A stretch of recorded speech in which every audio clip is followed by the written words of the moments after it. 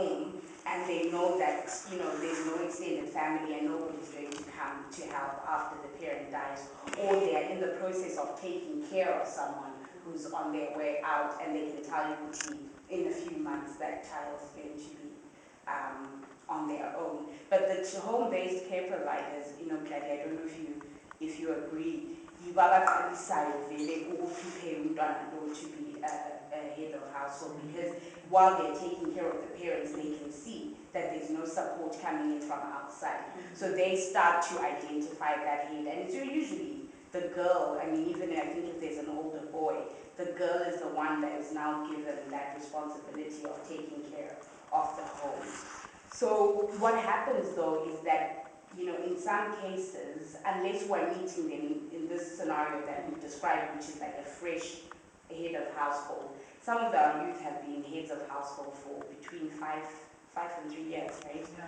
So it's been such a long time that they've fallen sort of under the radar, which is where it's difficult to find them. And I think it's difficult to find them because they're not at home, which is when we would be doing the,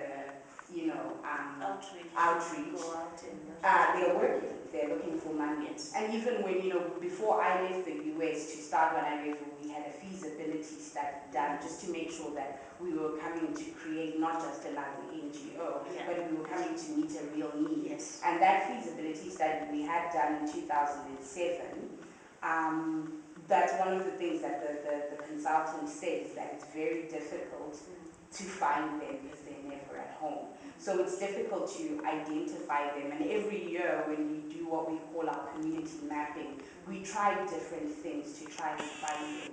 And last year we sent the youth out, and I don't know, you guys, what do you think in terms of the youth bringing?